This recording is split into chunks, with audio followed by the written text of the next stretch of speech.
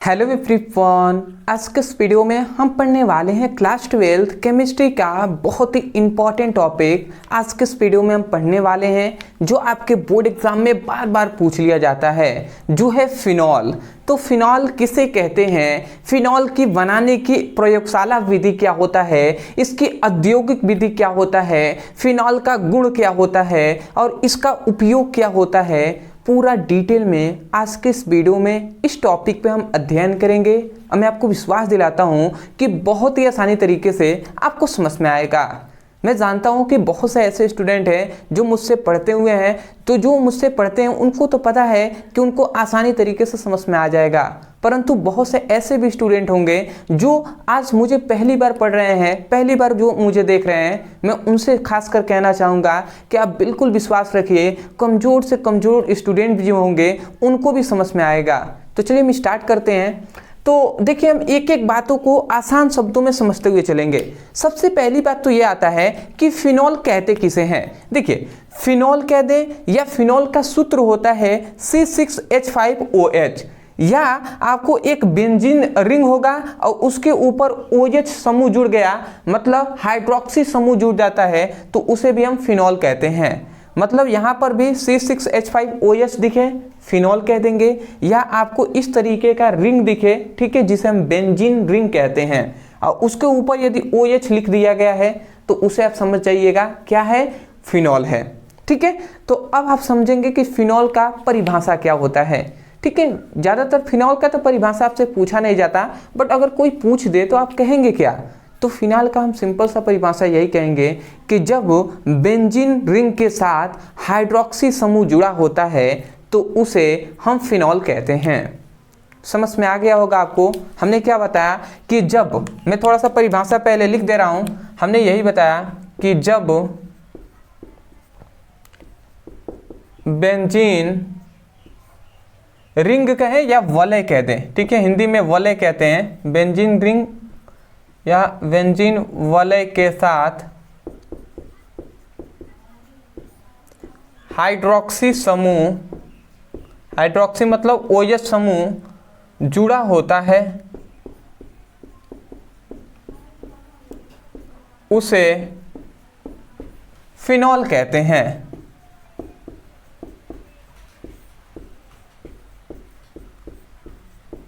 ठीक है, तो ये हो गया आपका फिनॉल का परिभाषा। आशा करते हैं आप समझ गए होंगे। जैसे ये आपका दिख रहे हैं ना, ये है बेंजीन, ठीक है, इस प्रकार जो मैं बना दूं, ठीक है, आप थोड़ा सा यहाँ पे कंफ्यूज नहीं होंगे, इस प्रकार को हम कहते हैं बेंजीन। ठीक है, अब बेंजीन रिंग के ऊपर यदि OH जुड़ गया, ठीक है, OH मतलब हाइड्रोक्सी समूह, तो हमने यही ना कहा कि बेंजीन रिंग के साथ OH समूह मतलब हाइड्रोक्सी समूह जुड़ा होता है, तो उसे ही हम फिनॉल कहते हैं। तो यही क्या कहलाएगा, फिनॉल कहलाएगा। ठीक है, आसान शब्दों में सबसे पहले परिभाषा आपने समझ लिया। अब हम समझेंगे कि फिनॉल की बनाने की विधि क्या होती है। तो दो ही विधि होता है, एक होता है कि प्रयोगशाला विधि द्वारा हम बना सकते हैं, एक होता है औद्योगिक विधि द्वारा बनाया जा सकता है। ठीक है, और इतनी बात आप जानते होंगे कि फिनॉल और औद्योगिक विधि में अंतर क्या होता है। जैसे फिनॉल जो क्या होता है, प्रयोगशाला विधि में जो फिनॉल हमें प्राप्त होगा वो बहुत ही कम मात्रा में प्राप्त होता है, और औद्योगिक विधि का मतलब ये होता है कि फिनॉल हमें प्राप्त होगा, औद्योगिक विधि से यदि हम बनाते हैं तो जो फिनॉल हमें प्राप्त होगा वो बहुत ही लार्ज मात्रा में हमें मिलता है, बहुत ही अधिक मात्रा में मिलता है। तो पहले हम प्रयोगशाला विधि को समझेंगे। ठीक है, तो वही हमने लिखा है प्रयोगशाला विधि। अब प्रयोगशाला विधि द्वारा भी बहुत तरीके से प्रयोगशाला विधि, लगभग मैं बता दूं तो 3 तरीके से प्रयोगशालाओं में बनाया जाता है। जो आसान है, आसानी तरीके से समझ में आ जाए, वो हमने लिया है। ठीक है, तो सबसे पहले हमने लिया है डाइजोनियम लवण के जल अपघटन से। अब डाइजोनियम लवण के जल अपघटन यदि आप कराते हैं तो आपको फिनॉल मिलेगा।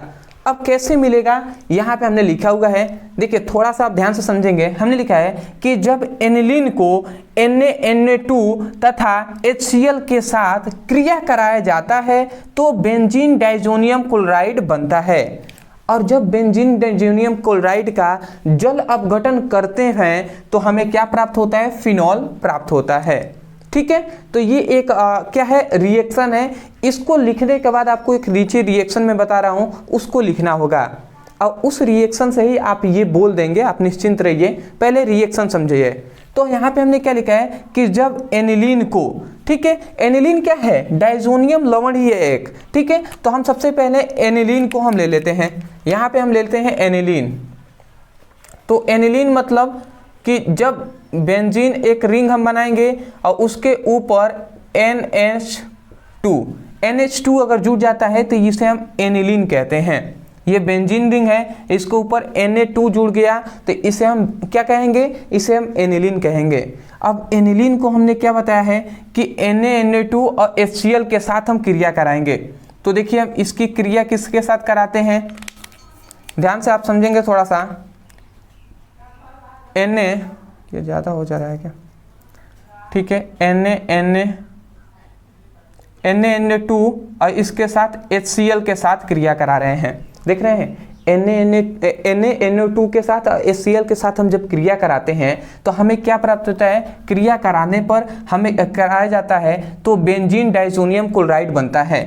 मतलब हमें मिलेगा बेंजीन डाइजोनियम क्लोराइड। तो सबसे पहले हम बेंजीन बना लेंगे, ठीक है, और डाइजोनियम क्लोराइड मतलब यहाँ पर N2 मिलेगा और Cl मिलेगा, तो बेंजीन डाइजोनियम क्लोराइड इसका नाम है, ठीक है। और उसके बाद जब बेंजीन डाइजोनियम क्लोराइड को, ये बेंजीन डाइजोनियम क्लोराइड है, इसका हम जल अपघटन कराते हैं। जल अपघटन का मतलब होता है कि HOH, मतलब जल के साथ हम क्या कराते हैं, इसका हम क्रिया कराते हैं। तो यहाँ से अगर थोड़ा सा आप समझें तो ये देखिए यहाँ पे दो आपका टूटेगा, यहाँ से जो OH है यहाँ पर देखिए, एक ये वाला जो सिंगल बंध है ये टूटेगा और एक यहाँ पे बंध है, ये वाला बंध टूटेगा, ठीक है। तो यहाँ से देखिए, यहाँ से जो OH है ये इस वाले बंध के साथ यहाँ पे जुड़ जाएगा और जो ये H है ये इस वाले के साथ Cl के साथ जुड़ जाएगा, ठीक है। तो अब आप ही देखिए तो क्या बनता है, इसके साथ बेंजीन ये है, ठीक है, और इसके साथ ये वाले टूट कर OH जुड़ गया है तो यहाँ पे OH जुड़ जाएगा, ठीक है। उसके बाद यहाँ पर जो क्या है, यहाँ पे जो क्या है H है, H ये यहाँ पे देखिए, जब यहाँ से N2 टूट गया तो यहाँ पे OH जुड़ गया। उसके बाद यहाँ पे क्या बचा, यहाँ पे बचा N2, ठीक है, मतलब नाइट्रोजन बच गया। उसके बाद H ये है और ये Cl है तो मतलब HCl भी बच गया, ठीक है। तो अब आप देखिए, अगर थोड़ा सा आप ध्यान दे रहे होंगे तो ये क्या दिख रहा है, बेंजीन है, ऊपर OH जुड़ गया है, तो यही तो है फिनॉल, यही क्या है, फिनॉल है, और यही तो हमें बनाना था जो हमने बना लिया, ठीक है। तो आशा करते हैं आप समझ गए होंगे। ये क्या है, एनिलीन है। तो जब एनिलीन की क्रिया NaNO2 और HCl के साथ क्रिया कराया जाता है तो बेंजीन डाइजोनियम क्लोराइड प्राप्त होता है। और बेंजीन डाइजोनियम क्लोराइड को जल अपघटन कराते हैं, मतलब H2O से हम क्रिया कराते हैं तो हमें फिनॉल प्राप्त होता है। तो इसी हमने रिएक्शन को देखकर आपको ये बताया है, ठीक है। निश्चिंत रहेंगे, इसको हम क्या कहेंगे, इसको हम एनिलीन कहते हैं। एक और बात है वो भी हम आपको बताएंगे, ठीक है। ये इसको हम क्या कहेंगे, बेंजीन डाइजोनियम क्लोराइड, ठीक है, डाइजोनियम क्लोराइड, ठीक है जी, बेंजीन डाइजोनियम क्लोराइड। अब बहुत से ऐसे स्टूडेंट होंगे जो सोच रहे होंगे, मुझे पता है, जो ध्यान से देख रहे हैं वो ये सोच रहे होंगे कि सर ये रिएक्शन यहाँ से यहाँ तक ये तो हमें समझ में आ रहा है कि यहाँ से क्या हुआ है, HO ये जुड़ गया है तो यहाँ पे बन गया है, परंतु इससे इन दोनों का रिएक्शन हुआ तो ये कैसे बना है, ठीक है, आप सोच रहे होंगे। तो देखिए यहाँ पर क्या हुआ है ना, अगर मैं थोड़ा सा डीप में डिस्कस करूँ, ऐसे तो मैंने जब रिएक्शन ये सब कराया था तो ये बहुत ही पहले हमने कराया था, अभी तो फिलहाल मैं इंपॉर्टेंट केवल क्वेश्चन को करा रहा हूँ, तो आपको समझ में नहीं आ रहा होगा। इतनी बातों को अगर नहीं समझ में आ रहा है तो थोड़ा सा समझिए। यहाँ पर अगर आप देखते हैं, थोड़ा सा मैं बस डीप में पूरा नहीं जाऊँगा, NaNO2 है, ठीक है, और यहाँ पर HCl है, ठीक है। अब देखिए यदि ये दोनों आपस में क्रिया करते हैं तो सबसे पहले ये दोनों क्या करेंगे, यहाँ से Na निकलेगा, यहाँ पे Cl है तो ये NaCl बन जाएगा कि नहीं, मतलब एक बन रहा है NaCl, ठीक है, और दूसरा क्या बन रहा है, यहाँ से H है, यहाँ पर NO2 है तो इसका मतलब HNO2 बन रहा है, ठीक है। तो इसका मतलब कि ये दोनों रिएक्शन अपने में करेंगे तो NaCl और HNO2 बनता है। इतनी बात आप समझ गए। उसके बाद अब क्या होता है कि यहाँ पर NH2 है, ठीक है। तो देखिए यहाँ से आपका जो N1 है ये निकल जाता है और यहाँ पे एक आकर ज्वाइंट हो जाता है और उसके बाद यहाँ पर देखिए इधर से Cl निकलता है, यहाँ से केवल क्या निकला, N निकला और इधर से Cl निकला और ये N आकर इसमें ज्वाइंट हो जाता है तो N2 हो जाता है और यहाँ से एक Cl निकला जो इसके साथ इस H को विस्थापित कर देता है और यहाँ पर ज्वाइंट हो जाता है, ठीक है। और उसके बाद अब यहाँ पे क्या बचा, यहाँ पे Na बचा, ठीक है। तो Na निकल जाता है और यहाँ पे N निकल गया तो HO2 बचा ना, मतलब जल बचा तो वो भी बाहर निकल जाता है, ठीक है। यहाँ पे हाइड्रोजन बचा वो भी बाहर निकल जाता है। तो हाइड्रोजन भी निकलता है, जल भी निकलता है, सोडियम भी निकल जाता है, ठीक है। तो मेन हमने प्रोडक्ट को जो है वही हमने लिखा हुआ है। तो आशा करते हैं आप समझ गए होंगे। ना समझ में आए जो देखिए बहुत से ऐसे स्टूडेंट होंगे, मुझे पता है कि वो केवल इंपॉर्टेंट क्वेश्चन को पढ़ रहे हैं क्योंकि समय बहुत ही कम है। तो मैं उनको खासकर कहना चाहूँगा कि देखिए ज़्यादा आप डेप्थ में मतलब डीप में आप जाने के डिस्कस मत कीजिए, ठीक है। आप केवल जो पढ़ाया जा रहा है इंपॉर्टेंट क्वेश्चन उसी पर ध्यान दीजिए क्योंकि समय नहीं है। जब समय था तब आपने क्या किया वो तो मैं नहीं जानता, ठीक है। तो अभी आपके पास फिलहाल इतना कीजिए कि इसको तैयार कर लीजिए। देखिए आप सिंपल एनिलीन की क्रिया कराएंगे इससे तो आपको बेंजीन डाइसोनियम क्लोराइड मिलेगा और इसकी क्रिया जल अपघटन कराएंगे तो फिनॉल मिल जाएगा। आसान शब्दों में हमने बता दिया, ठीक है। इसको तो तैयार करना ही है। इससे भी आसान एक और हम बता दे रहे हैं, ठीक है, प्रयोगशाला ही विधि, जो आपको मान लेते हैं ये भूल गए तो ये भी आप लिख देंगे तो चलेगा। दूसरा हमने क्या लिखा है, हेलोबेंजीन के जल अपघटन से। अब हेलोबेंजीन के जल अपघटन से हमें क्या प्राप्त होता है, तो हम देखिए यहाँ पे हमने लिखा है क्लोरोबेंजीन। अब क्लोरोबेंजीन हम कह रहे हैं यहाँ पे हेलोबेंजीन, ठीक है। हेलोबेंजीन का ही भाग है क्या है, क्लोरोबेंजीन। हेलो मतलब क्या है, हैलाइड जो समूह है वही, ठीक है। तो क्लोरीन क्या है, हाइलाइट समूह है, तो वही कहा जा रहा है क्लोरोबेंजीन। तो जब क्लोरोबेंजीन के साथ सोडियम हाइड्रोक्साइड को उच्च दाब और 320 डिग्री सेल्सियस ताप पर गर्म करते हैं तो फिनॉल प्राप्त होता है, ठीक है। तो आप कहेंगे सर कैसे, तो चलिए हम देखते हैं। यहाँ पे मैं रिएक्शन लिख दे रहा हूँ। सबसे पहले हम बेंजीन को बनाएंगे, ये हमने बेंजीन बना दिया। अब क्लोरोबेंजीन इसके ऊपर हम Cl जोड़ देंगे तो अब ये क्या कहलाएगा, ये क्लोरोबेंजीन कहलाएगा, क्लोरोबेंजीन, ठीक है। अब क्लोरोबेंजीन को हम क्या करेंगे, सोडियम हाइड्रोक्साइड के साथ क्रिया कराएंगे, मतलब NaOH के साथ क्रिया कराते हैं। और किस पर, उच्च ताप होना चाहिए। उच्च ताप का मतलब थोड़ा सा मैं इसको, ठीक है, उच्च ताप का मतलब 320 डिग्री, ठीक है। उच्च दाब होना चाहिए, उच्च दाब होना चाहिए और ताप कितना होना चाहिए, 320 डिग्री सेल्सियस ताप होना चाहिए। ये बात को याद रखेंगे, दाब अधिक होना चाहिए और ताप 320 डिग्री ही होना चाहिए। तो जब हम क्रिया कराते हैं तो यहाँ से थोड़ा सा आप ध्यान से समझेंगे, यहाँ से Na और यहाँ से जो Cl है ये NaCl बनकर बाहर निकल जाएंगे और ये जो OH है ये जाकर यहाँ पे ज्वाइंट हो जाएगा बेंजीन रिंग के ऊपर। तो यहाँ पे क्या बनता है, ये है बेंजीन और ये OH जाकर Cl को विस्थापित कर दिया तो यहाँ पे OH ये ज्वाइंट हो गया। उसके बाद साइड प्रोडक्ट क्या बना, Na है और ये ऊपर Cl, तो NaCl बन गया, NaCl। आशा करते हैं आप दिखाई दे रहा होगा आपको, ठीक है। नहीं दिखाई दे रहा है तो सुनाई तो दे ही रहा है, NaCl बन गया है, ठीक है। तो अब आपको यहाँ पे याद रखना है यह क्या है, क्लोरोबेंजीन है। मैं लिख दूँ, ये सभी नामों को आपको लिखना ही है, क्लोरोबेंजीन। मैं अगर नाम मान लेते हैं भूल चूक कर नहीं लिखता हूँ तो फिर भी आपको लिखना है, याद रखना है आपको। ये क्या है, फिनॉल है, इसीलिए सभी नामों को लिखा जा रहा है, ठीक है जी। इतनी बात समझ गए। तो ये तो सिंपल है ना कि जब क्लोरोबेंजीन को सोडियम हाइड्रोक्साइड के साथ उच्च दाब और 320 डिग्री सेल्सियस ताप पर गर्म किया जाता है तो फिनॉल प्राप्त होता है। तो ये तो और भी इजी है इससे। तो इन दोनों को बेसिक आपको याद रखना है क्योंकि जब ये आपसे 5 नंबर में पूछा जाता है तो उसमें क्या होता है कि आप 2 रिएक्शन को प्रयोगशाला विधि को लिखते हैं तो और भी बेटर है कि जैसे आपको जो टीचर हैं वो समझ पाएंगे कि हाँ आपने वास्तविक में अच्छे तरीके से पढ़ाई किया हुआ है। ठीक है। तो दो हमने प्रयोगशाला विधि देख लिया। अब हम देख लेते हैं औद्योगिक निर्माण की विधि। ठीक है, तो हमने लिखा है औद्योगिक निर्माण की विधि। अब इसमें सबसे पहले हमने डाउ प्रक्रम द्वारा हमने ज्ञात करना है। ठीक है, तो देखिए ये हमने जो इजी है वही हमने लेके आए हैं, क्योंकि बहुत से ऐसे स्टूडेंट हैं जो ऐसे ही इन सभी टॉपिक को जैसे जानते हैं, जो 7-8 चैप्टर है जो हेलो एल्केन तथा हेलो एरिल, उसके बाद वाले चैप्टर को तो पढ़ते ही नहीं हैं, क्योंकि उनको रिएक्शन से डर लगता है, मुझे पता है। तो उनके लिए मैं केवल आसान रिएक्शन को ही बता रहा हूँ, आसानी तरीके से बन जाए वो बता रहा हूँ, जिससे वो समझ पाएँ। ठीक है, तो वही सब हम चीज़ों को आपको लेके आए हैं, डरना तो बिल्कुल नहीं है। देखिए डाउ प्रक्रम द्वारा भी हम क्या बना सकते हैं, ये हम बना सकते हैं फिनॉल को।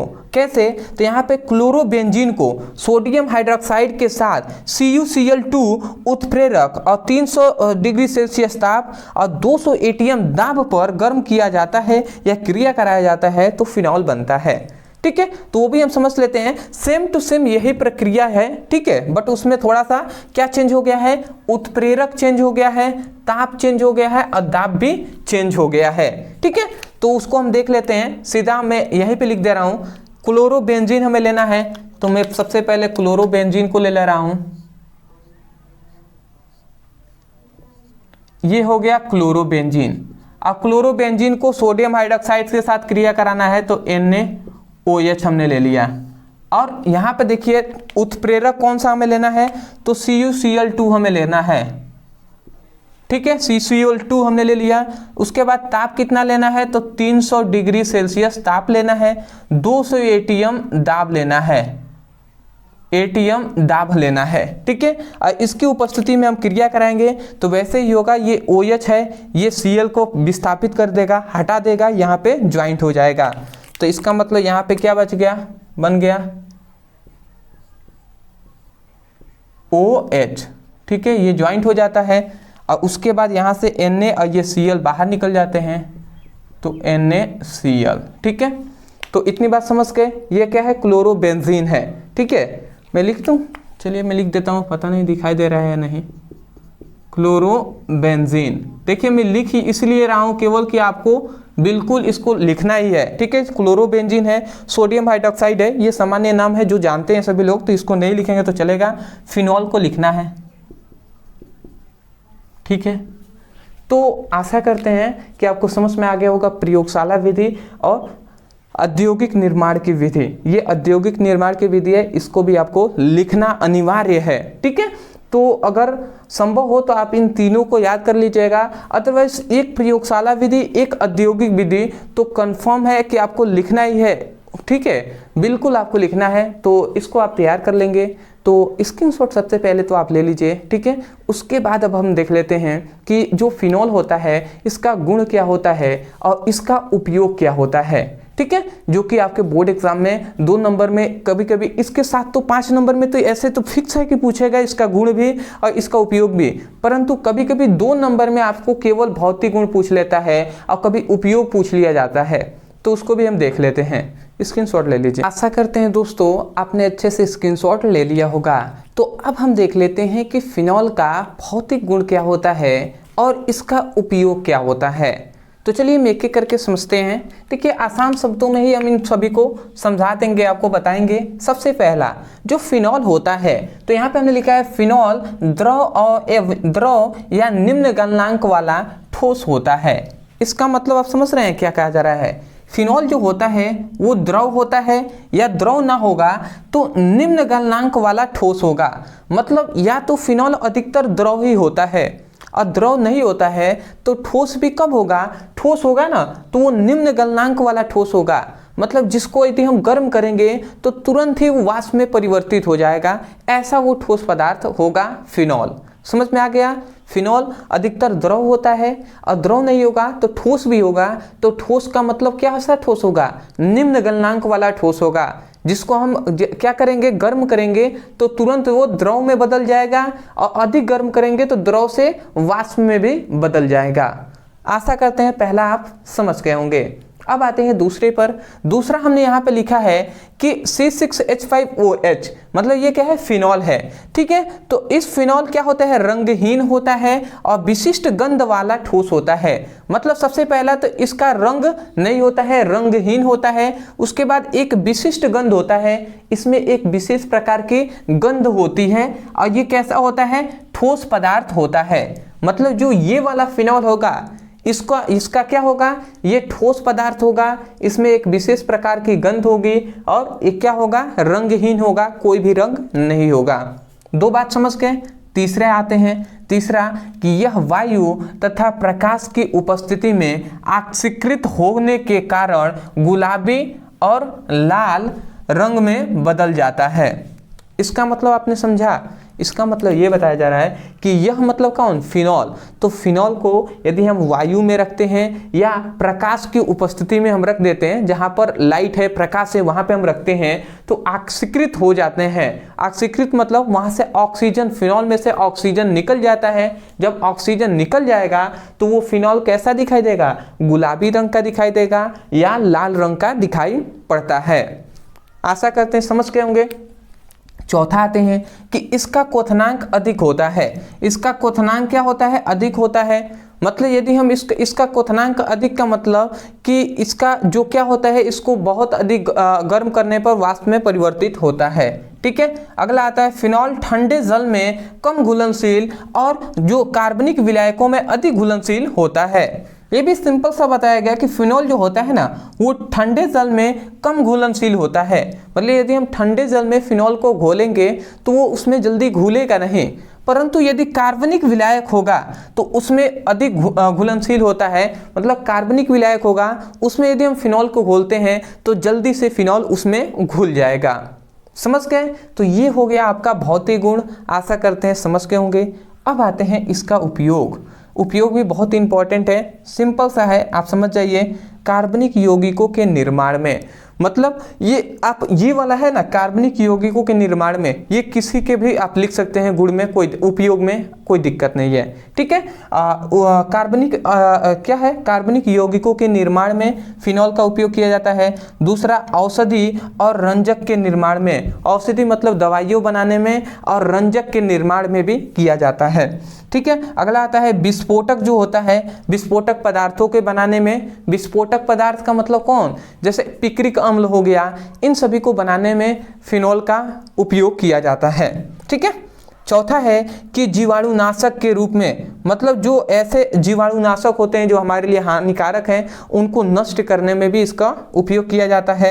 अगला आता है कि जो स्याही होता है उसके संरक्षण में, स्याही को बचाने में भी फिनॉल का ही प्रयोग किया जाता है, जिससे स्याही खराब ना हो जाए। तो आशा करते हैं दोस्तों कि आपको फिनॉल के बारे में संपूर्ण अध्ययन हो गया होगा। मैंने आज के इस वीडियो में आपको सिंपल वे में फिनॉल क्या होता है पूरा हमने डीप में एक्सप्लेन किया है। मैं आशा करता हूँ कि आपको समझ में आ गया होगा। मैं यही कहूँगा, यदि आपको समझ में आया है तब जाकर एक प्यारा सा लाइक कर दीजिएगा और हमें कमेंट सेक्शन में यही बता दीजिएगा कि वास्तव में आपको ये वीडियो कैसा लगा, समझ में आया है या नहीं आया है। तीसरी एक और बात है, यदि आप चैनल पे नए हो तो चैनल को बिल्कुल सब्सक्राइब कर लीजिए अभी, क्योंकि आपके सपोर्ट की भी बहुत ज़्यादा ज़रूरत है। और एक और फ़ायदा आपके लिए भी हो जाएगा कि जो भी हम वीडियो अपलोड करेंगे जो केवल बोर्ड एग्ज़ाम संबंधित इंपॉर्टेंट है, चाहे वो फिजिक्स का हो, केमिस्ट्री का हो, इंग्लिश का हो, जो क्या है हिंदी का हो, उस सभी का नोटिफिकेशन आपके पास पहुँचेगा।